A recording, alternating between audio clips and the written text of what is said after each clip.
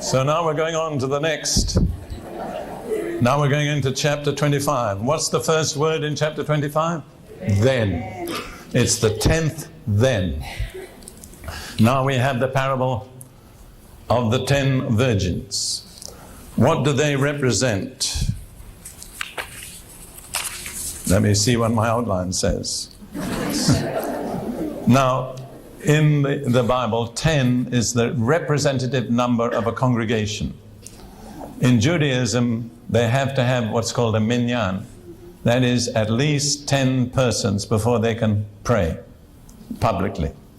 So I think the number 10 speaks to us of people in congregations. And this is just my thought, that these virgins basically represent churchgoers. I'll read the story quickly and then comment on it. Then the kingdom of heaven shall be likened to 10 virgins who took their lamps and went out to meet the bridegroom. Now 5 of them were wise and 5 were foolish. And you notice there's nothing in between wise or foolish. Those who were foolish took their lamps and took no oil with them. But the wise took oil in their vessels with their lamps. But while the bridegroom was delayed, they all slumbered and slept. And at midnight a cry was heard, behold, the bridegroom, go out to meet him. Then all those virgins arose and trimmed their lamps. And the foolish said to the wise, give us some of your oil, for our lamps are going out. But the wise answered, saying, no, lest there should not be enough for us and you, but go rather to those who sell and buy for yourselves. And while they went to buy, the bridegroom came, and those who were ready went in with him to the wedding, and the door was shut. Afterward the other virgins came also, saying, Lord, Lord, open to us.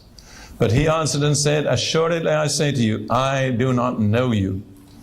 Watch therefore, for you know neither the day nor the hour in which the Son of Man is coming. Don't be so deep asleep that you can't wake up. Now let me point out some things about those 10 virgins that were common to them all. They all expected the bridegroom. They all knew the bridegroom was coming. They were not unbelievers. They all had lamps and oil. And oil is nearly always a type of the Holy Spirit. They'd had the Holy Spirit in their lives. And all of them slumbered, both the wise and the foolish. There was only one difference: the amount of oil they had. The wise had oil enough and to spare. The foolish didn't have a reserve of oil. And Paul says in Ephesians 5:18, be not drunk with wine in which is dissipation, but be filled with the Spirit, the Holy Spirit. Now, most of us would agree that the negative command applies. Be not drunk with wine.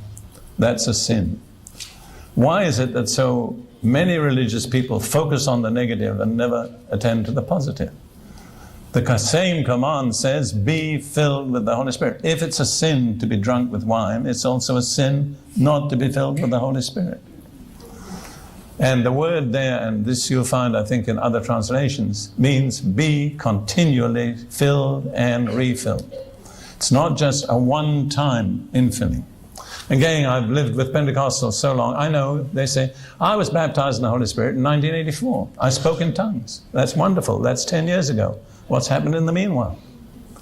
Some people who make it a once-for-all experience are the least sensitive of all to the leading of the Holy Spirit, because they've got it all wrapped up in one packet that they got when they spoke in tongues. That's not sufficient. Paul said to the Corinthians, I speak in tongues more than all of you. And obviously they did a lot of speaking in tongues. So Paul did more than them. We have to be continually filled and refilled with the Holy Spirit. The 10 virgins had had the initial filling, but they didn't have the continual refilling. So they were not ready. Now, an interesting thing is, the wise said to the foolish, go and buy oil. It had to be bought. It wasn't a gift. So there are some things, some ways in which you have to pay the price for the Holy Spirit. Initially, he's a gift.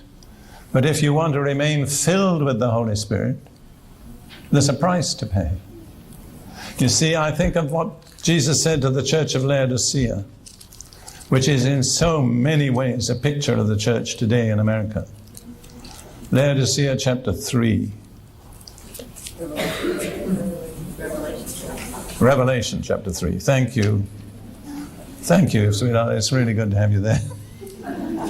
Sometimes it's a little embarrassing, but it's better than being wrong anyhow. Now, this is what Jesus said to the church of Laodicea in Revelation chapter 3, verses 17 and 18. Because you say I am rich and have become wealthy and have need of nothing. Have you ever heard that kind of teaching? Yes. Did Jesus approve of it? Not the least bit.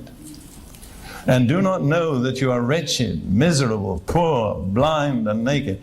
I marvel that people can be wretched, miserable, poor, blind, and naked and not ever know it. That's astonishing. But I meet some people like that. Now Jesus gives them advice. He says, I counsel you to buy from me gold refined in the fire, that you may be rich, and white garments, that you may be clothed, that the shame of your nakedness may not be revealed. Jesus said, I'm not going to give it to you. You have to buy it from me. Gold tried in the fire. You know, gold in the ancient world was valueless unless it had been tested by fire. I believe the gold is faith. There. And Jesus said, I want faith that stood the test of fire. And you'll have to pay for it by endurance. You'll have to hold out under the tests. And then he said, white garments. Not everything in the Christian life is free. These are things you have to pay for. I'd also like to point out to you the difference between the evaluation of Jesus and so much contemporary Christianity. There was one church, the church of Smyrna, was poor and persecuted and didn't have much. And Jesus said, but you are rich.